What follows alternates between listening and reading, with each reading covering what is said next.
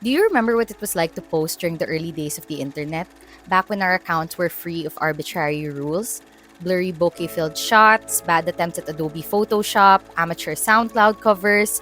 When we were young, our emotions were effortlessly channeled into creative energy, and the output was everybody's problem.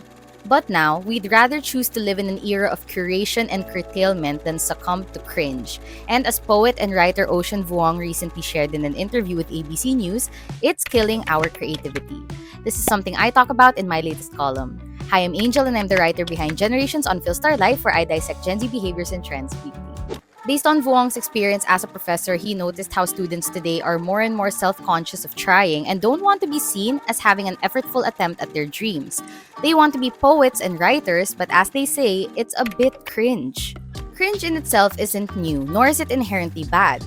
Our bodies respond this way because we can empathize with someone experiencing shame. But it has since devolved into a source of enjoyment, then an insult for those who deviate from social norms, even if the said social norms are simply showing up and being ourselves. Online surveillance culture is one of the main culprits because it's never been easier to peer into what others are doing and provide scathing commentary. Unsurprisingly, this affects the way we speak to and treat ourselves. We foresee that we'd only get judged the way we judge others, so we choose not to give things a shot. But by suppressing our desires and surrendering to an inauthentic existence, we rob ourselves of our true potential, especially when creativity requires openness and honesty. Practically speaking, we may also miss out on valuable opportunities. One of the most common questions I get from fellow creatives is where I find the bravery to put my ideas out there. And this isn't just because of a lack of knowledge or connections.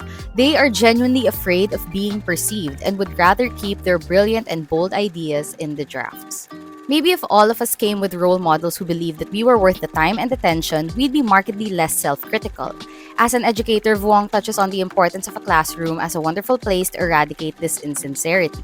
And as someone who grew up in an environment where all my thoughts were entertained and encouraged, I know the difference supportive parents can make in nurturing one's dreams.